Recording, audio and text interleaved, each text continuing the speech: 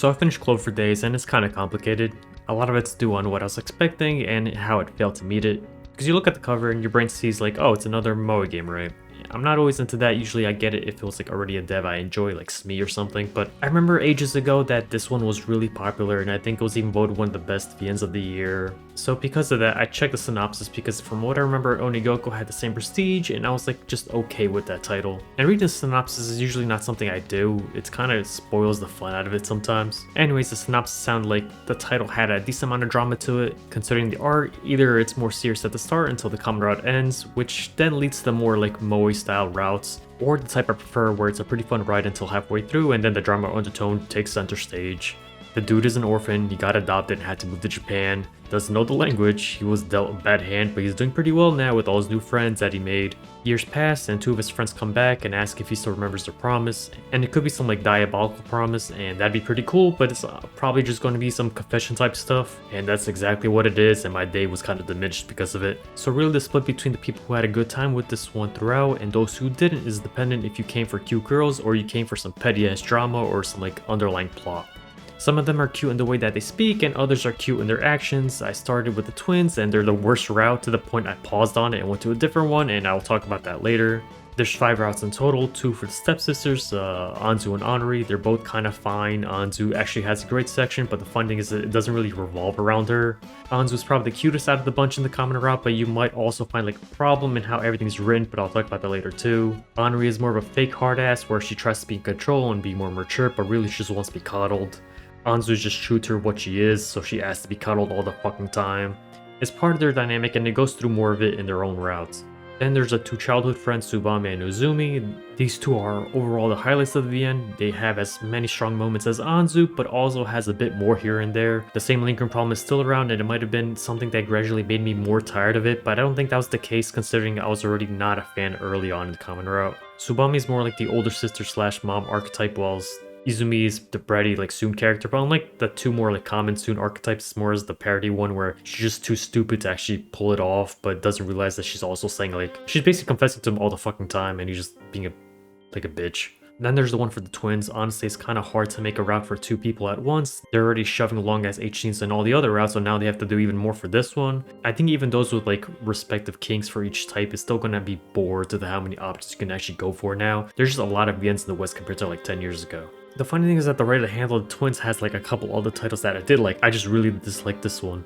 The twins are the worst part in terms of sound mixing. I get that one of them has like the soft voice trope, but the mixing just makes everybody else sound like they have megaphones attached to their face all the fucking time. But it's not like you can't configure it anyway, so it's kind of like a petty issue. Another problem was actually pretty funny because it was just a build issue, but in like the first or 2 weeks it opened like a 400 to 300 resolution window size. Like, what the fuck is this? The first time it worked out fine, so every other instance it'll just do that shit, and every time I'm opening this VN it's like I'm doing the Zoolander meme. It's like, is this VN for ants or some shit? Honestly, it could have been solely at like the Jazz version. It's something that sounds like when people ask about an issue and we're like, nah man, you pirated that, the crap was patched out like a month ago type of deal. The last issue, outside of like the overall length of the H scenes being too long, is that there's a lack of flow in the writing. It never really feels like you're going anywhere half the time. I can't really explain it well, but if you ever played Golden Sun, there was like a level where you have to go through these whirlpools. I forgot if it's a sequel or not, and you had to go through these whirlpool to whirlpool to get to the end. But in Clover Days it feels like you're just stuck in the same whirlpool forever for like 2 hours, and then you get to the next one, but during that whole time you're not doing any shit. It's like, holy, this is so boring.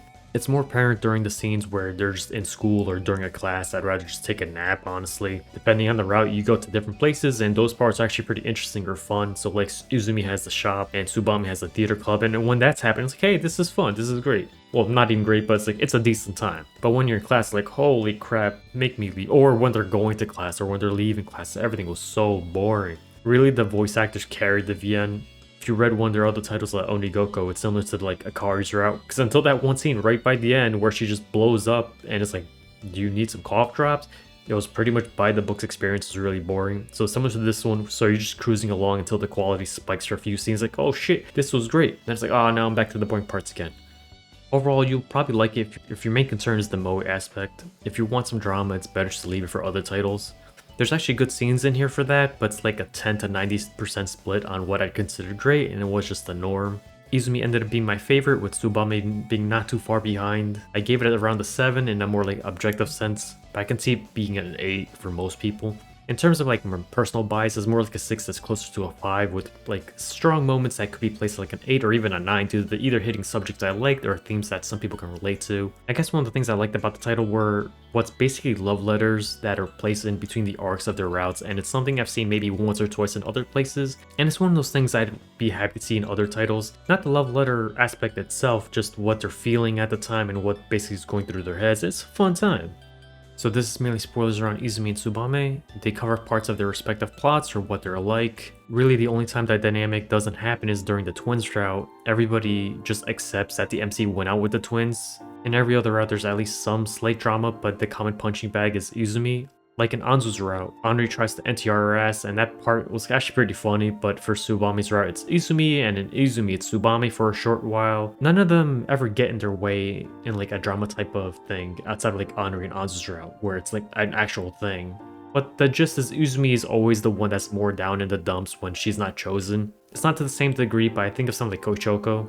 Anyways, even in Izumi's route, she's reluctant to even try until Tsubame threatens to NTR her ass, and the whole scene was actually pretty great. Normally that scene is reserved to the guys, and it's like the common scene where the guy's like running after the train or some shit, and then she just jumps out. And right after that, Tsubame just breaks down after the two are gone. I guess one thing I never mentioned was Tsubame has an older brother. He's generally a goof, but the guy's a total bro. He helps you out during her route, helps his friends when they're in a bind. He's just overall a good guy. It's just that he's kind of a dumbass and the butt of the joke half the time. There's more to Izumi, but really that's not important for what I want to talk about. I think she had the best route, and it almost feels like she was meant to be the true route at times. Technically each route has their own writer, but it feels like they fought how much screen time Izumi can get, because she's there a lot, and it's like holy shit. It feels like the twins, who I thought were going to be the main route, they're barely around half the time. Funny enough, the great part on Anzu's route isn't about her, it's about the maid that ended up being the MC's mom and how she's usually just breaking apart and how she doesn't deserve to be happy and all that. And it's fine, I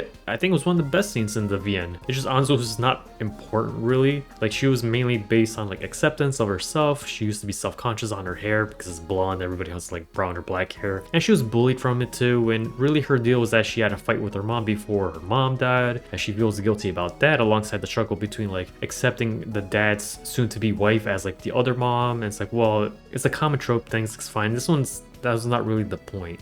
In Tsubame's arc, her 18s are horrendously long, and there's not a huge amount going for her, but during the theater club section, she eventually breaks down and just wails on how she's trying really hard and getting zero progress, because that's basically her thing. You know, that's what she loves, but everybody's starting to pass her, and she's just dying inside because of it. And it's mainly like the deconstruction of what the other characters see her as, like, because she's normally, oh, she has her shit together, and she plays things off, and she can do everything well, but the one thing she really wants to do is like all these fucking people are just passing her. Even the MC, who used to be one of those actors, he didn't act or whatever for like a year or two, and already he's just as great as he was before, and maybe even better. And she's like, what the fuck? Izumi in that route has another breakdown, but it's a little bit different. It's not like the total focus, and it's really to point out how much Tsubame developed during like the half to 75% mark or something, and it's just more of emphasizing that friend group as a whole instead of just Izumi, right? But overall, that was also a good part. I think Tsubame and Izumi did really well. Anzu, that one part was fine. The rest is like whatever. It was kind of boring.